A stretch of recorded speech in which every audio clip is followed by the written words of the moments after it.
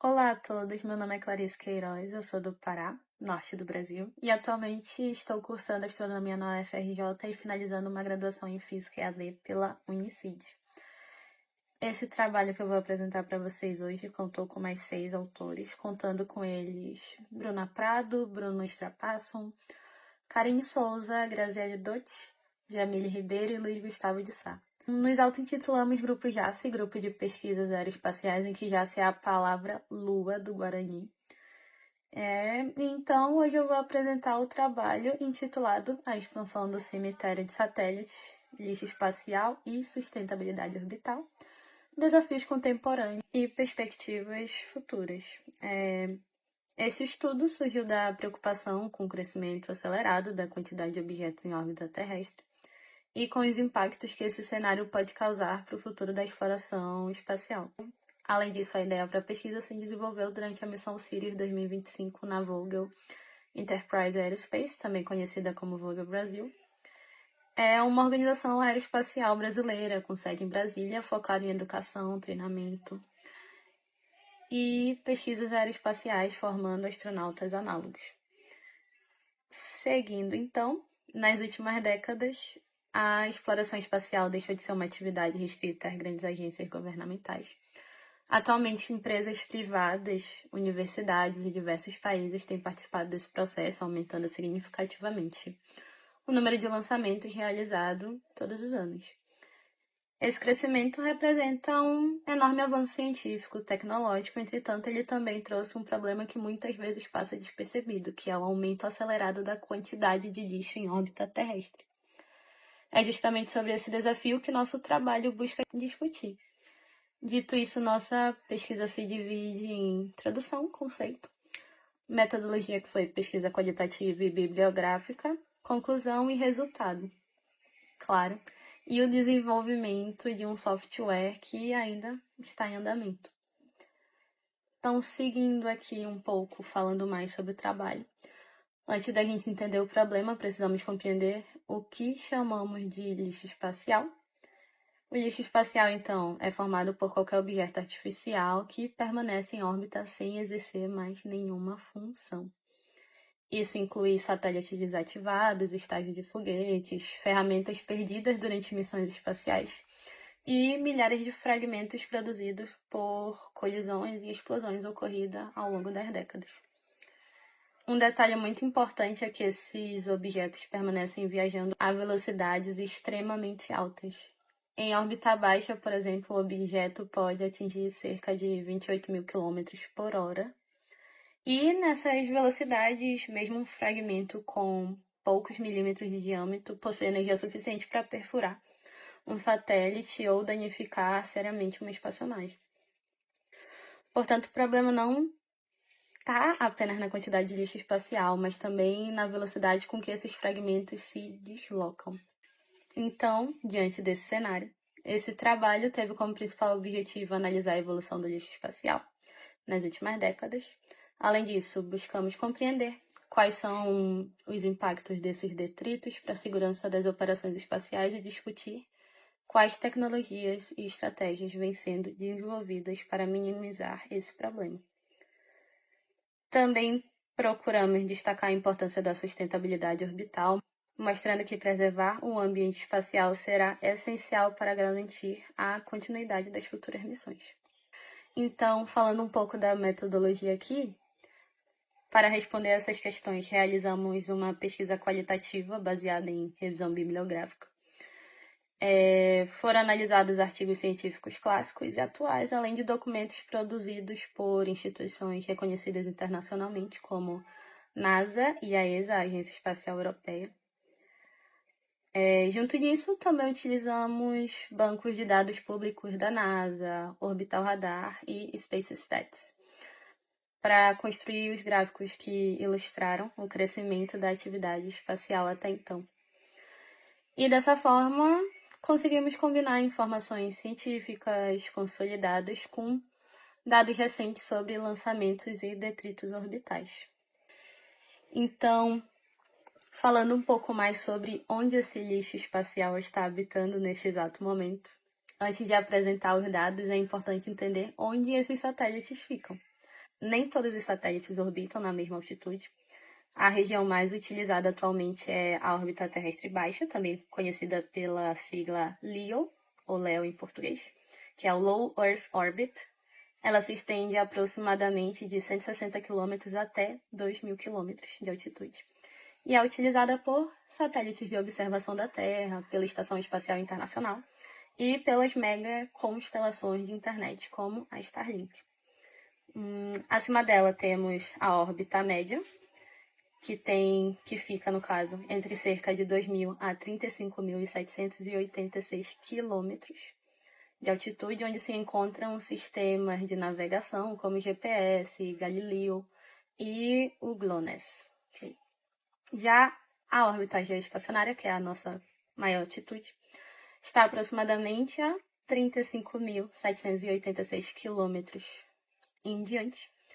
Nessa região, o satélite leva exatamente 24 horas para completar uma volta ao redor da Terra, por exemplo, permanecendo aparentemente parado em relação ao ponto da superfície. Por isso, ela é muito utilizada por satélites de comunicação e meteorológicos. Então, o nosso estudo concentra-se principalmente na órbita terrestre baixa, porque é justamente nessa região que ocorre o maior número de lançamentos e, consequentemente, onde está concentrada a maior parte dos detritos espaciais. Com isso em mente, podemos observar então no primeiro gráfico como o número de lançamentos espaciais cresceu nas últimas décadas.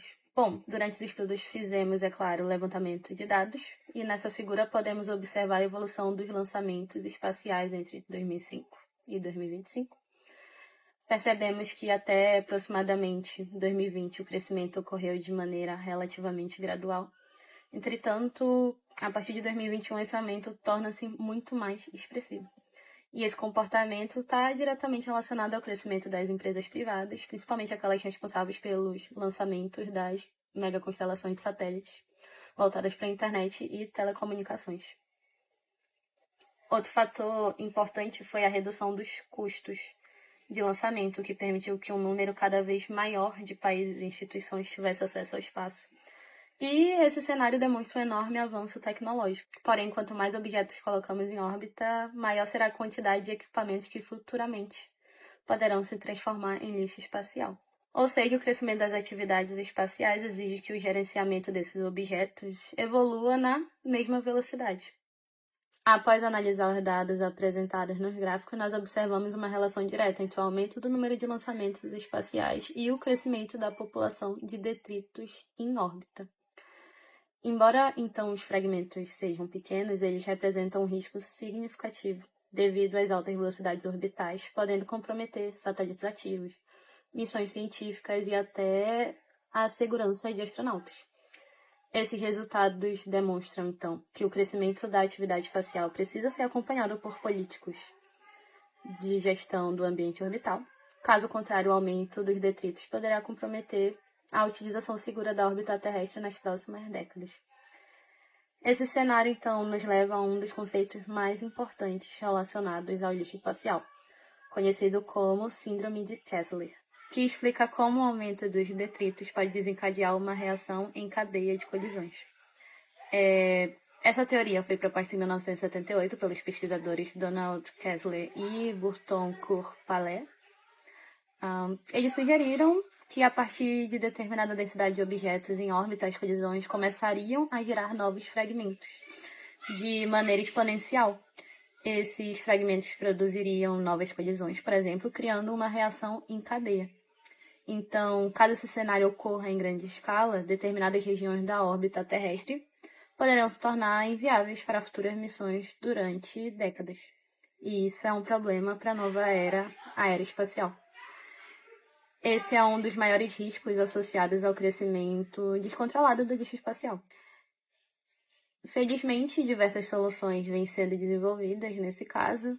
Entre elas estão sistemas de rastreamento orbital cada vez mais precisos, braços robóticos, redes, arpões, mecanismos eletromagnéticos e satélites projetados especificamente para capturar resíduos espaciais.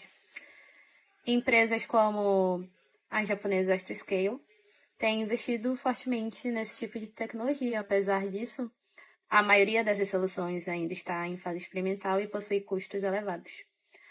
Além dos desafios tecnológicos, ainda existem dificuldades jurídicas relacionadas à responsabilidade sobre objetos abandonados em órbita.